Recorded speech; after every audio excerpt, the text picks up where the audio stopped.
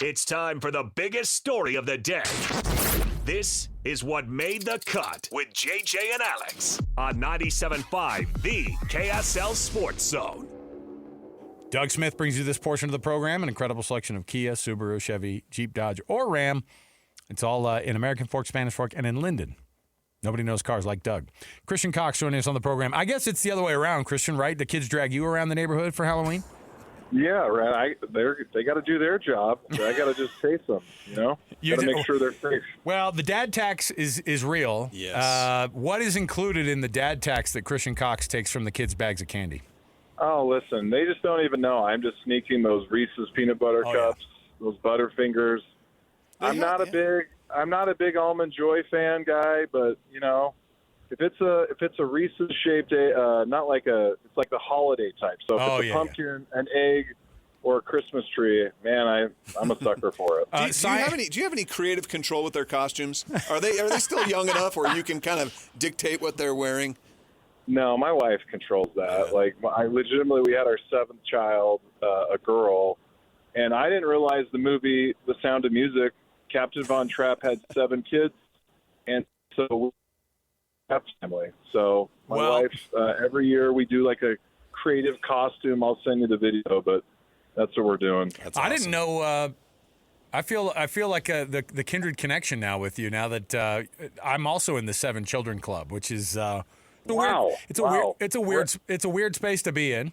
Yeah, we're guiding ourselves live on air. That's a lot of kids. 14 between 2 of us. Yeah, same wife, 1 woman. Yeah, and we didn't have any twins. Did you guys have any twins along the way? No. See, no, my oldest is 11. Yeah. So, yeah. Oh, that's a lot. See, that's the thing is you could probably get the Von Trapps if the oldest is 11. Yeah, it is. You could convince them, like you could force them. See, and my oldest is almost 17, and so he's mad about everything. He's not participating in anything, and so trying to get the oldest ones would be the harder part. We have like everybody's about 2 years apart, and so we have a mix of, and our youngest is, but yeah, they're small still, so they're wearing like the bluey and the bingo outfits for the 2 younger girls, and the 2 boys are. They did the same thing. Football equipment return hasn't happened yet. Football equipment return didn't happen. So you throw on the Davis darts gear and go, I'm a football player. And it's just like low effort, but anything to get the candy in the bags by the end of it. So, well, we appreciate you joining us, Christian. One of the things that I wanted to know about was with this Utah Utes team this year, the ups and downs have been a lot less than the ups and downs last year. At the very least, I think people look and they go, look, it's not 2024, and this team has proven on both the offensive side of the ball and the defensive side of the ball, they're top 10 in both of those categories across the country. Nobody is doing what Utah does except for a handful of other teams that are also in the conversation. They're the only ones that aren't in the national championship contender conversation, but you can't leave them out of that college football playoff just yet because there might be a path for them to get to the Big 12 championship game. Listen, there's narrow margin for error to get there, but again, Utah loves to play from a better position as the underdog, and anytime you're overly favored as a Ute, for some reason we don't love to show up. But right now, as you have 2 losses, and those 2 losses don't actually look so bad considering the teams you lost to. You lost to a 1-loss Texas Tech team that's really solid, and a 0-loss BYU team that's a top 10 or a top 11 team in the country and really solid. And the conference is actually better than you thought. And I think all Utah fans, going into the Colorado game, you're just trying to get a sense of how good is this Utah team. And what's scary is you blow the doors off of some teams and then you lose games you potentially could have won if you executed a little bit differently. And that's what happens when you're playing against quality opponents. Like when you're talking, A-type talent, B+, and so there's still a window. It's narrow. Your fingers are crossed. You're hoping for the ultimate setup that Utah runs the rest of the way out, and somehow you're playing Texas Tech or BYU in the Big 12 championship. But what's odd to me is the stat that if BYU has 2 losses and Utah has 2 losses, Utah has the tiebreak because of percentages. Like, for me, that's mind-boggling. Right. That doesn't make sense. And couldn't be more excited to root against the Cougars here in the next 4 games. Where before I was like, I hope they win out so they play each other. But Houston looks like they have an easier route. Yes, they do. You know how Novembers are, Yep. and Novembers are strange. Weird things always happen, and so it's going to be an exciting next 4 weeks, honestly, in college football. Well, it feels kind of like this weekend's game too, Christian. That tomorrow night's game is maybe where we get the best sense of just how good this Utah team is, because like you mentioned, their losses are against a one-loss team, an undefeated team, but their wins have been dominant, right? There's not, every single one of their wins, their opponent hasn't even been close. Do you feel that way, that Saturday night's game will really kind of maybe define who this Utah team is this season? Yeah, listen, that's why you play this game. It's the 3rd time in the state you've had a television network that's come to Salt Lake or Provo to highlight the quality football programs we have in the state, and this is why you do it. Last year you start out 5-0 and went on this desert of no wins to your last win against UCF. This year you're 6-2. This is where your seasons are made or broken when you're about 8 games in, and you got an undefeated in-conference Cincinnati team that's only been on the road truly twice. They had a game in Missouri that was neutral site against Nebraska. So Cincinnati really hasn't played in an environment against a team like Utah. So it's going to be really interesting considering how good Cincinnati's quarterback is. He has 26 touchdowns, 1 interception, but you haven't played at Rice Eccles. And you're trying to figure out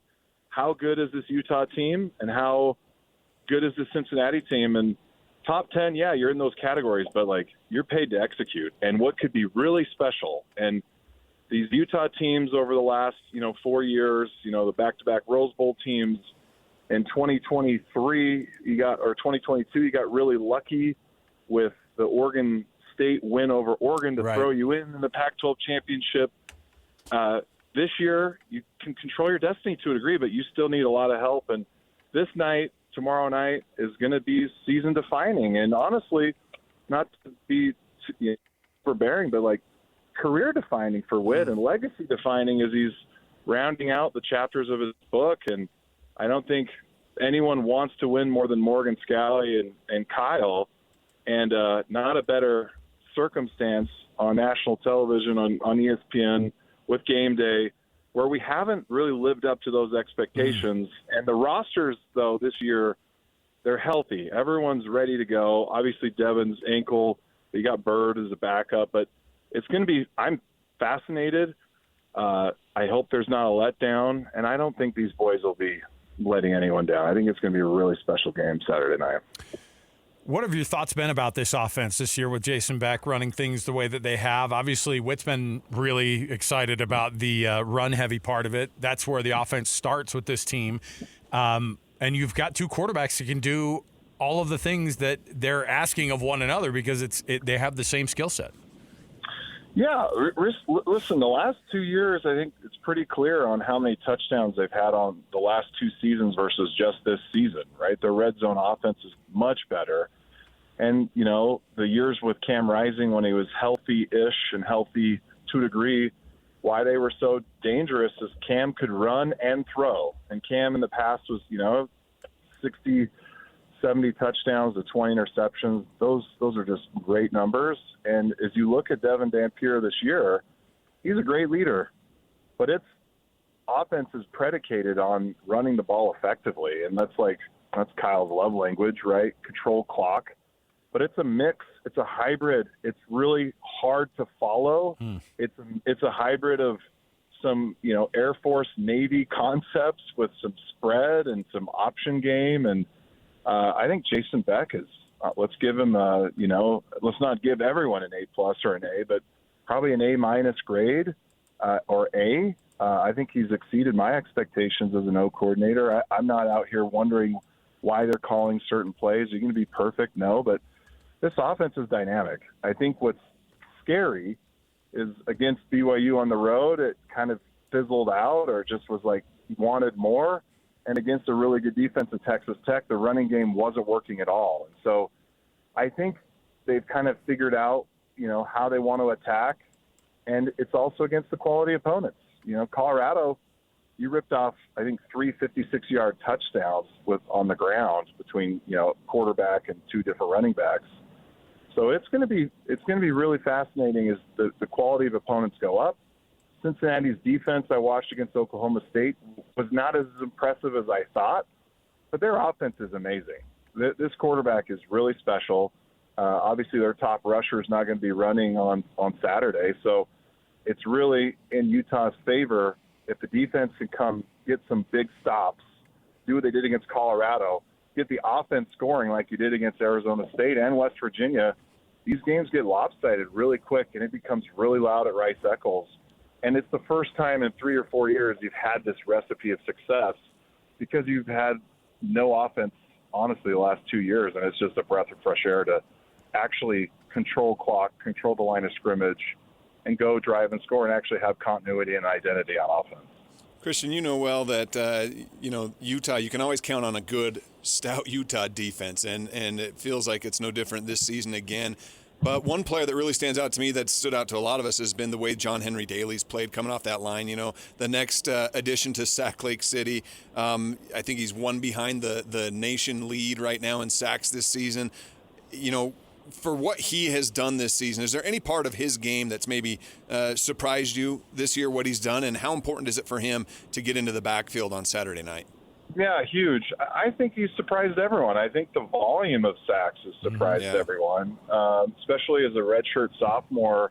Usually you're doing that your junior and senior season, but it does go to show you how strong he is, but also how elusive he is with his hands. And this is a position that I played that I love. I love watching DN play. I love watching how they're coming off and getting their get-off against these tackles. But John Henry has a motor, and John has a fast, quick step. His first 3 steps, he's already ahead of the guard, so he's already getting them uncomfortable. But he's not just a one-move guy. He's not just a bull rush through you, which most strong people do. They're just like, I'm just going to run right through you, which isn't the art of pass rushing. The art of pass rushing is making them feel really uncomfortable, meaning, are you going to take an inside pass rush move? Are you going to set them up inside and go outside? Are you going to actually have an outside spin move? And so he's had the fortune of a really good back end, Smith Snowden, Teo Johnson, but also another good bookend with Logan Fano. And so, but he is everything as advertised and deserves every bit of credit because going into it, it wasn't his position. He went and took it. He went and earned it. And I think that's why I think everyone loves Utah, is because Morgan doesn't play favorites because you're a certain 4 or 5-star recruit. You just are given this role. You go earn your roles. And he deserves the success he's had, and it's really bright for Utah's future. He's got more years to go, and Utah needs fumbles and cause fumbles and sacks. And that's what this whole defense has created. And I think John is a critical piece as a leader of that defense. Christian Cox joining us on the program on a Football Friday. Get you ready for Utah and Cincinnati tomorrow at Rice Eccles Stadium. Why is it that they have so much success at night? I was joking with Jake Hatch about this. I don't know. I was like, for some reason, all of the biggest games, and I'm just rattling off a bunch of big games, right? If you go back against, TCU in 2008, it was late at night. It was a 13-10 win. It was so loud in that stadium. The win against Oregon to send you into the first Pac-12 championship, Britton Covey's big punt return before halftime was just like a punch to the jugular. You could feel the game was shifting. BYU 2008 was a late game at night that kept us, undefeated, that sent us to play Alabama. The only day game we actually have won that was big was Michigan on the road in 2008. Everything else, I don't know. We can't wake up early. We like to get our rest. It's just better set up for night. And I don't know why, but it's terrible. Is the atmosphere different now compared to when you were on the field for the Utes? Is it the same? Is it similar? I mean, do you notice a difference? In terms of crowd ferocity, the new setup with the south end zone at Rice Eccles just adds just a new level of professionalism and loudness. But listen, the Muss and Utah fans have always been loud, even back to the Alex Smith Urban days. Like, you could feel Rice Eccles shaking, when Paris Warren was scoring touchdowns. There's just tradition. And I think the mechanics of how they get ready for the game is the same. And as a player, like, when you're last and you've rested all day, because these are athletes, they've got school, they've got other stuff. Like, they're probably not getting their nutrition and sleep. They need as much as they can get, but it is an odd thing. Please don't ask us to play at noon or 11 a.m. Just ask us to play at night under the lights, and you might get a very special performance. It was weird. So, like, we did our college football Saturday pregame show outside of Rice Eccles, and it was we all convinced ourselves, like, no. Texas Tech coming in here, this is Utah. But when people are tailgating at 3 a.m., out in the parking lot, and we're trying to get them, and they're walking by, and we're like, grab a donut on the way to the stadium. It just felt weird. And like a 10 a.m. kickoff, it's hard to ask a lot. It's hard to ask people to do, this much, right? When you're trying to figure out how to win and what you're consistently good at. There's no rhyme or reason to it, but in terms of how the Utes do, tomorrow I think that totally goes into the 10.5 point line. You think Vegas absolutely takes that into account. Oh, yeah. They're like, Utah wins games at night, man. If they're wearing black uniforms on top of it, forget about it. Yeah, it's very strange. But you look, Oregon was a loss at home in the middle of the day, Texas Tech, TCU, 2010. A lot of day games, but, at Rice Eccles at night, when they do the big scream, going into the fourth quarter, and there's just you can feel it in the air when you're a fan. And these players, you put them in black uniforms underneath the lights with our fans. They usually rise up to make the plays. And I think what's so exciting about tomorrow night is this not the first game we've played with Cincinnati in football, or was that Texas Tech? I don't know. First ever game. First ever game. First ever game. Cincinnati's never experienced it. They don't know what we're about, and that's to our favor. And I just hope they come out and punch fast, and I think they will. I think that's what set them back against BYU. I think on the road at Lavelle Edwards Stadium, there was never taking out the energy of Lavelle Edwards Stadium, and it just stayed alive the whole game.